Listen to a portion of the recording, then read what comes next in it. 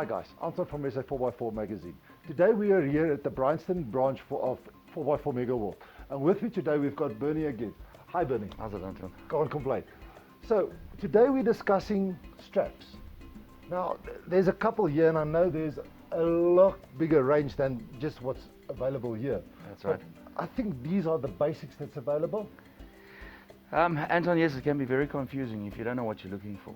You need to know what you're buying, okay? Otherwise I can sell you such a huge range of straps that you're going to get confused at the end of the day. The most important one that any person can have, especially when you're starting off as a novice 4x4 driver or somebody that's just starting to venture into the outdoors, is to buy a Kinetic strap. All right, and this is the most popular one that everybody knows of and everybody tries to use, and it has an 8,000 kilogram braking strength. Now just to come back to the 8,000 kilogram braking strength, in our first video I had the misperception that my vehicle is 4,000 kilos and 8,000 would be enough to take mine out of mud. But that day you explained to me that, listen bro, that thing is actually now probably closer to 8-9 tons instead of, and then that's not going to be right. That will not be good the enough. ideal thing, Anton, and you do get them as with 10-ton braking strength as well. Okay. The ideal will be, that's just the pull strap, but the ideal would be to have both of them available. Okay, but space does become an issue at the end of the day.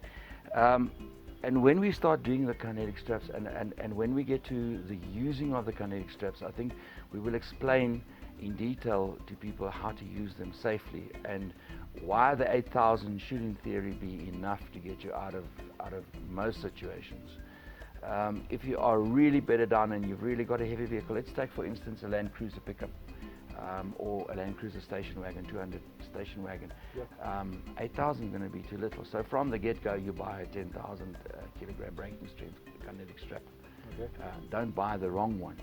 So it's imperative that you, when you go and buy these things, speak to the sales staff and say to them, listen, this is the vehicle that I drive. Yep. And unfortunately, people put stuff on their car and they don't know what their car weighs. So you can't go on the normal GVM that's displayed on the vehicle and say, okay, my car weighs 2,900 kilograms. With all the added weight, do yourself a favor, go and have your car weighed. You might get a surprise and suddenly realize that you are actually over the legal limit that your car is allowed to carry. I mean, a lot of people are thinking, listen, I'm driving a 1 ton of double cab, so they load 1 ton onto their vehicle, but they forget about the 4 or 5 people they drop in. That's another 500 k's. Now all of a sudden you're 500 kilos over your rate. It's all the beers, it's all the water, exactly. It's all the baggage, and then we conveniently forget about the bull bar we put on, the rear bumper we put on, the canopy we put on, the rooftop tent we put on, the heavier tires and the bigger rims that we put on, the long range fuel tank, the extra water you're carrying, the extra fuel that you might be carrying, all of that contributes to the weight factor. So you need to speak to the salesperson and say to him before you start buying, say to him, listen, this is what I drive and this is what my need is. Okay, so now that is the basics. Yes. Get a Kinetic strap and Bob's your uncle, you should be able to help yourself. 99% of the times you should be able to get out. But now we've got other things. There is a difference, a big difference as I understand, between a Kinetic strap and a toe strap. A toe strap does not have Kinetic capabilities. In other words, so it can't stretch. Cannot stretch. And the difference between a toe strap and a Kinetic strap, guys, a toe strap is what it is. It is for towing. Okay? Kinetic strap is not for towing. If you want to destroy a Kinetic strap, start towing people around with it. Okay, because all you do at the end of the day is just start stretching it and it comes back stretch. You're going to destroy the capability of the strap completely at the end of the day. So, and we've got different lengths of toe straps. I've got a 10 meter here and I've got a 5 meter. Okay, what would I use a 5 meter toe strap for? You're going to say to me, 5 meters, you're very close. And if we're going to have a look at the law, actually we're not supposed to be able to tow a car on the road with a strap. You should have a solid beam that you're towing the car with. Okay, and it's also not supposed to be longer than 3 meters so that nobody can go in between. The ideal scenario where you'd use a 5 meter toe strap would be similar to a bridle, where you're forming an A-frame. So the moment I am now recovering a vehicle, I have 2 points, connection points, onto the vehicle that's doing the recovery. So basically, that strap will slot in forming there. Yes, it's an A-frame. Okay. So what I'm doing here is I'm spreading the load of the recovery. Because if especially when you recovery or your recovery is at a bit of an angle, if I've just got force on one side, I can literally bend the chassis of my vehicle by recovering that car that's sitting there. Cars today aren't as tough as they used to be 10 and 20 years ago. That's very true. Cars are designed to be lighter. The materials that they are using are lighter, and hence they're not as strong as they used to be 20 years ago. So what people must understand is that is for in case of emergency, when you're stuck and bogged and you're sitting in the sand, you're sitting in the mud. But what they also always forget is clear the obstacle before you try to recover. That's very important, Anton, and I see this time and time and time again. You need to remove the reason why you're stuck. And for the life of me, I can't understand if I've driven into mud or into sand and I'm not going forward anymore. Why would I want to go forward further? Okay, so you need to come back, come out of the situation. And before I do that, and unfortunately 99.9% of us are too lazy to do it, and that's why right in the beginning, in the very first video that we did, I said to you the most important thing that you can buy is a spade. Yeah. Okay, so take the spade, go and remove the source of the problem. So clear the tracks where the car is going to be going. Get as much of whatever is holding the car there away out of the tracks. Anything underneath the car. Sometimes when you're stuck in mud, the vehicle bogs so deeply that it lies on the chassis and it forms a vacuum. And you can't get that car to budge no matter what you do. So you need to break the vacuum. So you have to go in from the side. Start clearing it from the side so it can get air in at the bottom so that the vehicle just pops out. Well, I've got a pic of us last year in Moremi where I actually got so stuck. And it took us a while. The sand was so hot and the spades were just not working. So it's just sometimes easier to also just use your arms and hands. And I'll put the pic on, as you guys can see the pic now. And we cleared everything as far as we could, and then we snatched. It just made the other vehicles and the snatch straps work so much easier. And there's also another misconception, Anton, where people think once I've put the snatch strap on and I've let the slack, I've allowed for the slack, all I need to do is get into the car that I'm going to recover with and just haul ass as hard as I can and snatch as hard as I can. Guys, it's the absolute wrong way to do it. What you want to do initially is just with a little bit of momentum, just put a slight tag on it and see what the car does first. If it doesn't nudge at all, you come back and you go a little bit faster. And gradually you pick up momentum and a little bit more force. You don't want to do the sudden violent snatch. That's when things go wrong.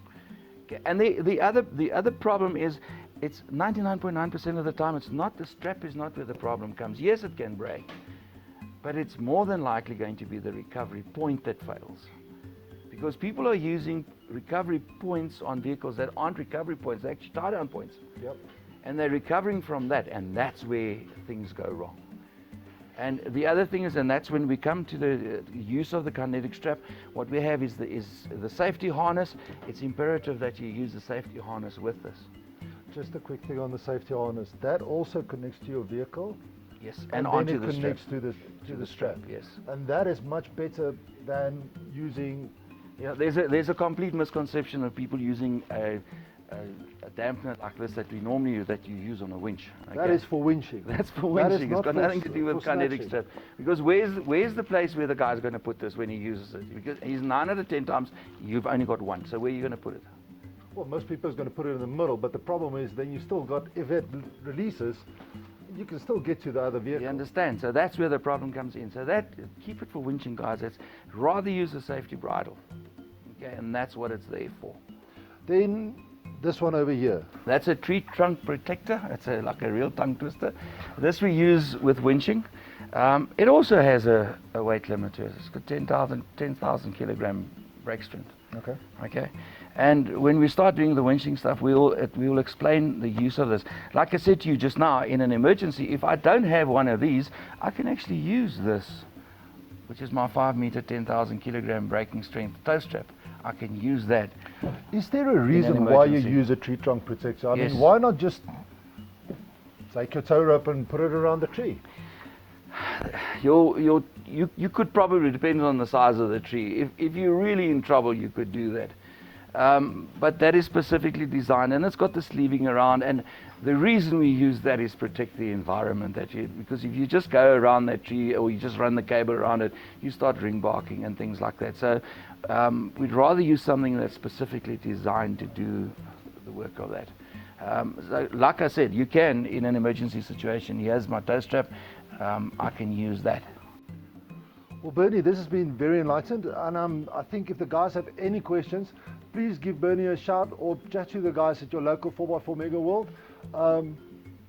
Bernie, thanks some more. I'm actually looking forward to the time where we start using these things and showing to you physically. I think what we need to do, especially with the Kinetic strap, is put it in a scenario where the recovery point fails and show you what happens and how fast a shackle can fly. Guys, YouTube is full of it. If you want to go and search on YouTube, and you'll see the sad part is lots of people get either injured badly or actually get killed because of recovery exercises and because people don't think safety first.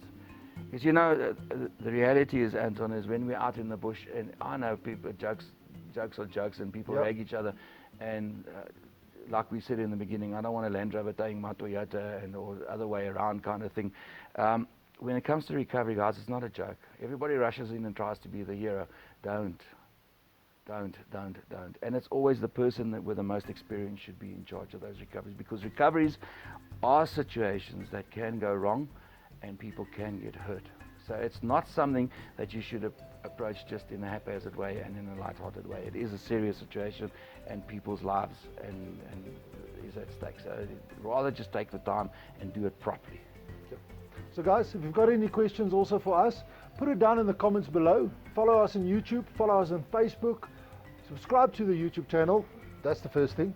And but send us your questions, put it down below, and we will try to answer it next time when we actually do test these things and show you guys how to use them in real life situations. Until next time, thanks Bernie again. Thanks, Anton. Cheers guys. Cheers.